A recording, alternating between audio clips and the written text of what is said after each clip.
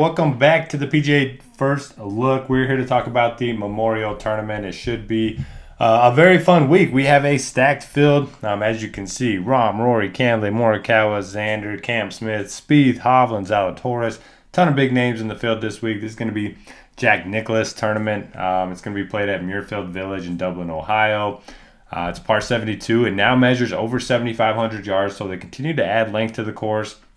They did have a redesign prior to last year, and a lot of the golfers said, they didn't love the changes because it is a lot more difficult. But hey, the more difficult, the better, especially when we see so many birdie fests out here on the PGA Tour. Water is going to be in play on 13 of the 18 holes. It is a classical design, tree-lined fairways. The fairways are pretty generous on average, about 34 yards wide, so much wider than Colonial, much wider than Harbour Town. Not quite as wide as we saw at the PGA Championship, but certainly wider than we see on most courses on the PGA Tour. Typically, we see it in the top 15 in difficulty, and that should continue this year, especially if the wind ends up being a factor. The greens themselves, very small on average, 5,000 square feet, and they're going to be tough to hit. For one, the thick rough, you don't want to be playing out of the rough here. Two, the green complexes here, they're interesting shapes, and you got to be on the right level. And, the penalty for missing the greens can be severe with so many water hazards and unique, kind of shots in play this week. So you want to hit these greens, and if you don't, you want to be able to scramble. Historically, scrambling's been very difficult here. So you're going to want to be good off the tee, keep it in the fairway. You want to be good with your irons. This is a second shot golf course. You want to be good around the green. And then the greens themselves are made of bent grass. So if you do want to look at some bent grass splits, I certainly don't mind it.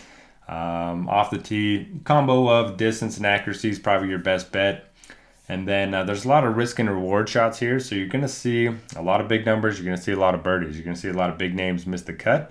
And you're going to see, some random names, kind of make the cut. But at the end of the day, I do expect the course to test all facets of the game. The last four winners here, Cantlay, Rahm, Bryson, and then Morikawa won at the workday.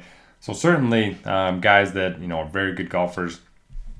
Guys that just don't have a major weakness in their game. Morikawa, you can talk about his short game, but when he's on in all facets. So that's kind of what I'm looking at this week. My three comps, I'm looking at difficult courses. I'm looking at Nicklaus Design, so the Honda, WGC Mexico, which is no longer on the rotation, but I included that in there. This, and then I believe there's a couple others. Then I'm looking at long par 72 courses. And again, this is just a video to help you kind of break down the course and give a sneak peek of the model, which is available to premium subscribers. So I kept the notes in here this week. I'll be adding more as we go throughout the week. So if you want to check these out, you certainly can. So like Shane Lowry, T35 or better in 11 straight starts worldwide. His off the tee game has been improving. His irons have been red hot recently, and he's making a lot of putts. T6 here last year where he gained in every facet. So just notes like this for every single golfer, at least for most of the golfers that you would even consider putting in your player pool. The stats that I'm looking at this week, looking at off the tee, good drive percentage, stroke gain approach, stroke gain ball striking, greens and reg, which is a pretty big weight compared to most weeks, birdie or better, bogey avoidance, stroke gain around the green, and stroke gain putting. Pretty big weights of course history. I did hide the weights up at the very top here, but when you do download the model as premium members, you get access to all of this, and you get to change any of these stats that you would like. Each of the stats up here are broken down into three different, time frames. So if you like short-term stats, you can put a big weight on the last 3 months. If you like the midterm, the last 12 months. If you like the long-term, the last 24 months. I kind of like to use a blend of the three, and then I also like to look for guys that are trending one way or another. So as you can see here, Cantlay very good over the last 2 years. Very good over the last 1 year. Last 3 months, he's kind of been struggling. Same goes for Sung J.M. Then you have Davis Riley, who is improving.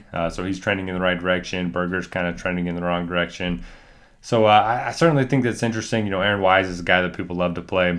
His ball striking numbers look great. His greens and regulation look great. He did finish T9 here last year. And then we'll get to the comps, the whole yardage breakdown based on the holes that we see at Muirfield Village. You have Cantlay, Rahm, and Morikawa up there. McIlroy up there.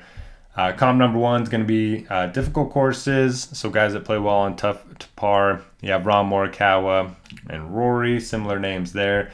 Number 2 is going to be Nicholas Designs. You have Cantlay, Adam Scott, and Kuchar kind of popping up there. And then comp number 3 is going to be Long Par 72s, Rom Zalatoris, and Corey Connors.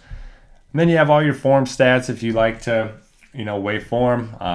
These last 2 columns right here kind of help you capture some upside. So how often they finish in the top 10% of the fields that they play in. This column here shows how tough the fields that they're playing in. So and then we got the ratings over here. There are more columns hidden, the ranks and all that fun stuff. But I kept the point per dollar ratings in here just to show you guys that are rating out well early in the week. And I wanted to bring up a couple because somebody like Seamus Power would probably rate a little bit better if I didn't have this field strength index in there. It kind of is a way to level the field, based on how talented the fields that each golfer has been playing in over the last 18 months.